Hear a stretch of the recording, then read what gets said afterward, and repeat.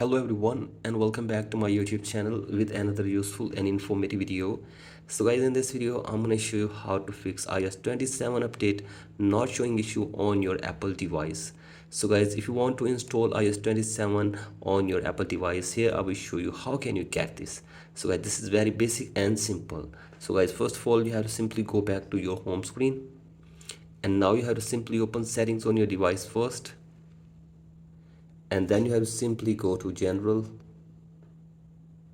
and then go to software update, and from here check if there is any update available for you.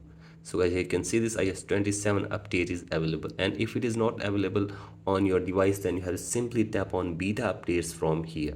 So guys, if it is checked on off button, then you have to simply check this to iOS 27 developer beta and then go back, and then you will get iOS 27. So guys, in this way you can also get iOS 27 in your Apple device settings, or you can get iOS 27 for your Apple device.